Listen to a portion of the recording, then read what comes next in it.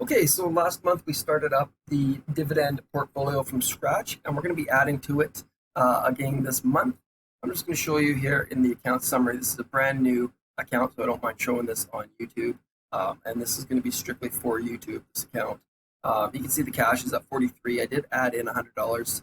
If you look at the last video, we were left with 25, and I added in 100. And I have bought in to KMF. I bought at market today.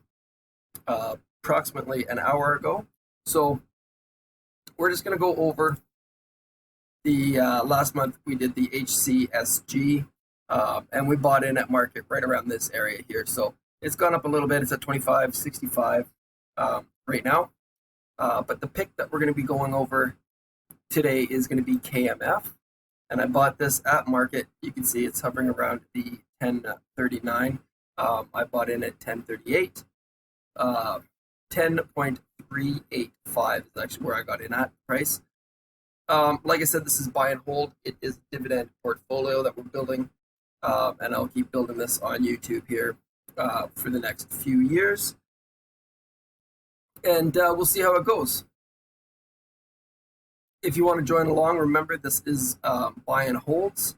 We're not putting stop losses on it. We're building a dividend portfolio to build passive income. That's the purpose of it.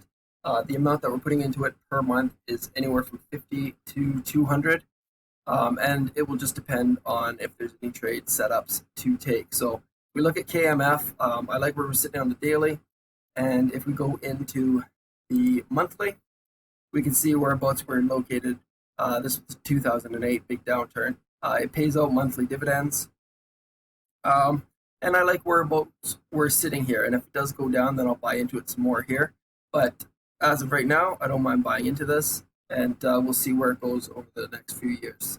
KMF is the second addition to the dividend portfolio.